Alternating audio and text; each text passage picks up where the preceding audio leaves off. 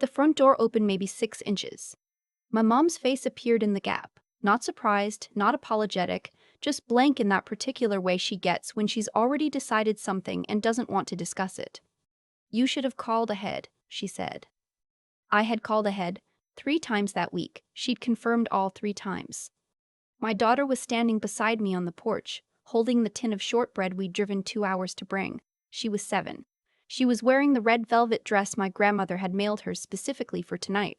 She didn't understand what was happening yet, but she was starting to read my face, and my face was doing things I couldn't control. "Mom," I said, "we talked about this on Wednesday. There just isn't room, Fiona. Your uncle brought extra people and we're already over capacity." Over capacity in her own house, on Thanksgiving. From somewhere behind her, I could hear my brother laughing at something, the specific kind of laugh he only does when he's showing off. I could smell the turkey. I could hear the clink of wine glasses and someone, my aunt, I think, saying something about the drive from Kelowna being brutal this year. My mom looked at my daughter for exactly half a second and then looked back at me. "It's just not a good time," she said. "You understand." She closed the door. Not slammed, just closed, quietly, which was somehow worse. I stood there on the porch of the house I grew up in the town I drove 2 hours back to, holding nothing because my daughter had the shortbread. And I tried to figure out what to do with my face and my hands in the next 60 seconds of my life. "Mom." My daughter looked up at me. "Did Grandma not know we were coming?" "She knew," I said. "Is she mad at us?" I picked up our bag from the porch step. I took the shortbread tin very gently from her hands. I said, "Let's get back in the car, okay, sweetheart? We'll find somewhere nice for dinner." She didn't argue. She just took my hand and we walked back down the driveway, and I did not look back at the house because I knew if I did, I would fall apart completely, and I had a 7-year-old watching me. We'd been driving maybe 10 minutes when she said it. "Does Grandma not like me?" I had to pull over. Not because I was crying, though I was close. Because my hands were shaking and the road had gotten blurry and I needed a second to be a person before I could be a mother again. I put the car in park on the shoulder of a county road somewhere outside of town, with the hazard lights on, and I turned to look at my daughter in her red velvet dress. The one my grandmother had picked out and mailed with a little card that said, "Wear this for me on Thursday." And I said, "No, she doesn't dislike you. Grown-ups sometimes make choices that have nothing to do with kids, and none of this is about you. None of it. Do you understand me?" She considered this very seriously. Then she said, "Can we get Swiss Chalet?" I laughed. I couldn't help it. "Yeah," I said. "Absolutely we can get Swiss Chalet." My phone lit up on the dashboard. "Grandma Iris?" I stared at it for a second, confused. She was supposed to be... She was at my parents' house. She was the reason we'd driven up tonight in the first place. She'd been visiting from Halifax, and she'd specifically asked if we would come for Thanksgiving so she could see us. I answered. "Where are you?" Her voice was sharp in a way I hadn't heard in years. "We're in the car," I said. "About 10 minutes out." "What do you mean you're in the car? You're supposed to be here." Mom turned us away at the door. She said there was a room. Silence. A long one. "Turn around," my grandmother said. Her voice had gone very quiet, which in my family has always been more alarming than yelling. "Turn around right now and come back here. I will be at the door." I hesitated. "Grandma, I don't want to make a scene." Phone. A pause. "I have been sitting in that living room for 3 hours waiting for you and your daughter. I didn't know you hadn't arrived until I asked your mother where you were and she told me you'd called to cancel." Another pause. "She told me you called to cancel." Another pause. "She told me you called to cancel." I hadn't called to cancel. My grandmother asked me to come back, so I turned around. She was standing on the porch when we pulled up. Not my mom, my grandmother, 81 years old, in her good blouse, arms crossed, and she had a look on her face that I had seen exactly once before in my life. When my grandfather's business partner tried to shortchange her on a real estate deal 20 years ago and she took him to small claims court and won. My mom appeared behind her in the doorway. "Mom, I told you there isn't space." "Go back inside, Susan." My mom opened her mouth. "Go back inside." She went back inside. My grandmother came down the porch steps, which she does carefully now because of her hip, and she hugged my daughter first. A long hug. And she said, "I'm so sorry I wasn't at the door. I didn't know. I'm so sorry, my love."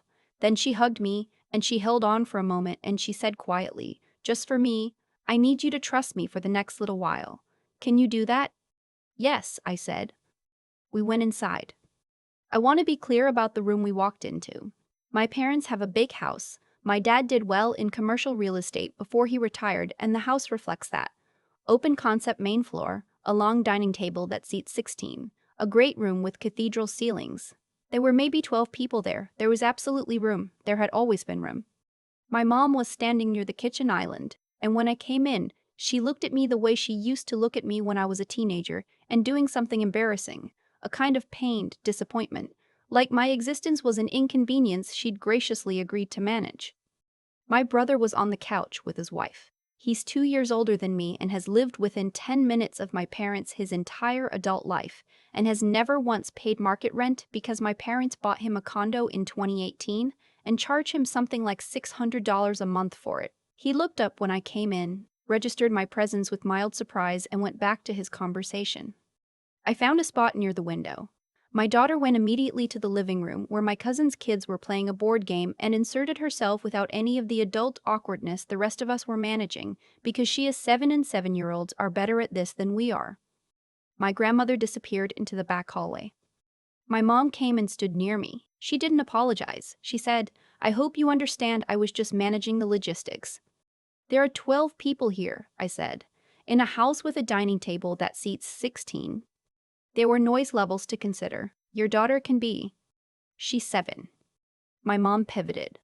"I just think it's important that family gatherings don't become overwhelming for your grandmother. She's not as young as she used to be, and—" Susan. My grandmother had come back into the room. She was carrying something, a large manila envelope, the kind with the metal clasp. She'd also brought my uncle, my dad's brother, who lives in Guelph and who I'd always liked, and who was holding a small digital recorder in a way that suggested this was not accidental. "I need everyone's attention," my grandmother said.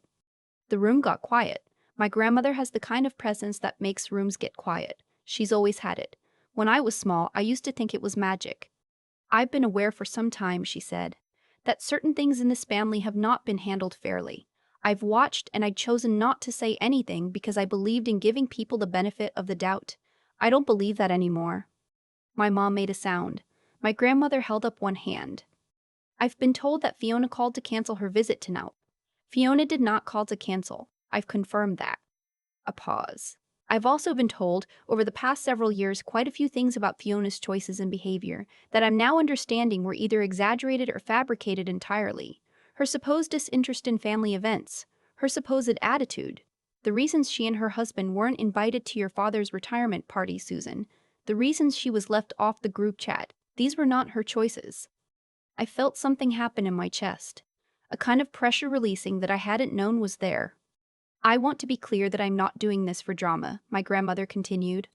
"I'm doing this because I'm 81 years old and I've watched one of my grandchildren treated as less than in this family for 30 years and I'm tired of it, and I won't have it anymore." She opened the manila envelope. What came out was a document, several pages, and a letter on top. She handed the letter to me first. My hands were shaking when I read it. She'd written it by hand, in her particular careful cursive, dated the previous week. It was a letter of explanation for the changes she'd made to her estate plan. I'm not going to reproduce it word for word, because it's private and also because I still can't read it without needing a moment afterward. But the summary is this. She'd spent decades assuming the distances between me and the rest of my family were mutual, or at least understandable. She'd recently learned otherwise. She had a conversation. I'd find out later it was several conversations, starting with my uncle, who had his own concerns about what he'd been watching for years, and she'd revised her intentions accordingly. The lake house in Prince Edward County. The one my grandfather built in the 1970s. The one I'd spent every summer of my childhood at. The one my brother had started referring to as the family property, like it was already his. She'd been clear about her intentions during her lifetime, she said. She was now being clear in writing, formally, with her lawyer involved. The lake house was going to me. My mom said, "Mother, this is not the place." I invited the family lawyer here last week specifically to make it the place, my grandmother said. She was very calm. The documents are filed, this isn't a discussion. My brother stood up. That property has been talked about for years as. As what? My grandmother said. She looked at him. No one ever promised you anything, Darren. You assumed. There's a difference. He looked at our mom. Our mom looked at our grandmother. Our grandmother looked at no one in particular, just let the silence sit. I want to tell you about the lake house so you understand what this meant. My grandfather built it himself. He was an engineer and he did most of the work on weekends over 3 summers. It's not grand. It's a 3-bedroom cottage on a small lot with a dock my grandfather rebuilt every few years, and a kitchen that still has the original linoleum, and a porch with a view that I have never seen equaled anywhere I've traveled in my life. My grandmother has a photograph on her wall of me at age 4 sitting on that dock eating a popsicle and squinting into the sun. I am, apparently, a person who cries about this. I'm fine with that. My grandfather died 6 years ago. After that, my parents began using the lake house on their own schedule, which increasingly did not include me. When I asked about visiting, there were always reasons. Already booked, maintenance being done, my brother's family had it that week. I'd been to the lake house twice in 6 years. Twice. My grandmother had noticed. There's something else, my grandmother said. She looked at my uncle, who pressed play on the recorder. I recognized my mom's voice immediately. The recording was from a phone call. I'd find out later it was a call my mom had made to my grandmother several months ago. One she hadn't known my uncle was also on, having called in from his end right before her. The things she said on that call about me were specific and detailed and deeply unkind, not yelling, calm, deliberate. The kind of things that, when said calmly and consistently over a long period of time by someone with credibility, reshape how other people see you. My grandmother had believed some of it. She said so clearly to the room. She said she was ashamed of that, and she said it like she meant it. The room was very quiet. My daughter had come in from the other room during the recording. One of the other kids must have said something, because she'd gotten curious about what was happening, and she was standing beside me now. I felt her take my hand. I don't think she understood most of what was happening. She's 7. But she knew something important was going on, and she wanted to be next to me. My mom said, "Mom, I think we need to have this conversation privately." "We have had private conversations for 30 years, my grandmother said. "I'm done with private." My dad, who had not said a word this entire time, quietly excused himself and went to the kitchen. He has always known how to absent himself from conflict. That is not a compliment. What happened after that is harder to describe. People took positions. My aunt, who'd driven from Kelowna, sat down very heavily and said, "Oh, Susan," in a way that told me she wasn't entirely surprised. One of my cousins found somewhere else to be. My brother said several things that revealed, more than anything he could have planned, exactly who he is. My grandmother asked my mom and my brother to leave. She did not raise her voice. She said, "I'd like to have Thanksgiving with my granddaughter and her daughter. I'd like you both to give us that." They didn't leave immediately. There was another 20 minutes of things being said, and I will spare you most of it. Eventually they did leave. My dad left with them, after catching my eye once in a way I didn't know how to interpret. We haven't talked about it since. Maybe we will someday. After the door closed, my grandmother sat down on the couch and held out her arms. My daughter climbed right into them, because she is a child, and she does not hold grudges on behalf of adults, which is a grace I am still working on. "Do you like turkey?" my grandmother asked her. "I like the skin best," she said. "Same," said my grandmother. "We're going to get along very well." We had Thanksgiving. My uncle and his wife stayed. My sympathetic aunt stayed. There were 6 of us around that long table, which seats 16, and we were not at capacity in any sense of the word. My grandmother had brought butter tarts from a bakery in Halifax because she'd known I was coming, and butter tarts are my specific weakness, a fact she has remembered for 30 years. My daughter ate 3 of them and had to be diplomatically redirected. At some point during the meal, my grandmother put her hand over mine on the table and she said, "I should have done this sooner. I'm sorry it took me so long." I didn't know what to say. There's nothing quite adequate for that moment. When someone finally sees you clearly, when the version of yourself that's been built up in other people's minds over decades starts to dissolve, and there's just you, sitting at a table with your grandmother and your daughter and a plate of food getting cold. "You didn't know," I said. I should have asked. That's the thing, isn't it? It's not always malice. Sometimes the person who could have helped you simply didn't ask the right questions, didn't look past the version they'd been handed, didn't wonder why the distances kept growing. My grandmother asked, eventually, better late than 30 years, I suppose. The Lake House papers are with my lawyer now. The first weekend of May, I'm taking my daughter up to Prince Edward County. I haven't been there in 4 years. She's never been. I want to show her the dock my grandfather built and the view from the porch and the particular way the light hits the water in the late afternoon when the lake is calm. I still have the tin of shortbread. We ended up not needing it at Thanksgiving, so I brought it home. It's sitting on my kitchen counter and I keep meaning to open it, but there's something about it I'm not ready to be done with yet. My mom hasn't called. My brother sent a text 2 weeks later that said things were a lot and that he hoped I understood his position. I don't think I do, but I replied that I'd heard him because that much is true. My grandmother calls every Sunday now. We've been talking longer lately. She told me last week that she wishes she'd known me better at 30, that she'd been so focused on keeping the peace in the family that she'd let the wrong people define who I was for her. I told her there was still time. She said, I know, sweetheart, that's why I'm calling. My daughter has asked twice when we're going to see her again, both times with the certainty of someone who has already decided this person belongs in her life and is simply waiting for the logistics to catch up. She's not wrong. She usually isn't. I keep thinking about that tin of shortbread sitting on my counter. It's a strange thing to fixate on, I know, but there's something about it that feels like a marker of the night I drove 2 hours with my daughter in her red velvet dress, got turned away at a door I'd walked through my whole childhood, and came home with the tin still sealed because somehow the evening turned into something else entirely. What happened that Thanksgiving wasn't random. I've had time to sit with it now, and I think the clearest way I can put it is this. Things tend to find their way to the surface eventually. My mom had been quietly building a version of me in other people's minds for years. A version that was difficult, disinterested, unreliable. And for a long time, it worked. People believed it because she said it calmly, consistently, and she's my mother, so why wouldn't they? But a story built on something false has a kind of structural weakness to it. Sooner or later, something gives. What gave, in this case, was my grandmother asking a question. Just one question. Where is Fiona? And then actually listening to the answer, and then making a phone call to my uncle, and then making another one to me on the side of a county road with my hazards on. That's all it took. One person choosing to look past the version they'd been handed and ask what was actually true. I've been thinking about what it takes to be that person, the one who asked the question instead of accepting the shorthand. My grandmother is 81. She spent decades keeping the peace, choosing harmony over clarity, believing she was protecting the family by not pressing on things that seemed uncomfortable.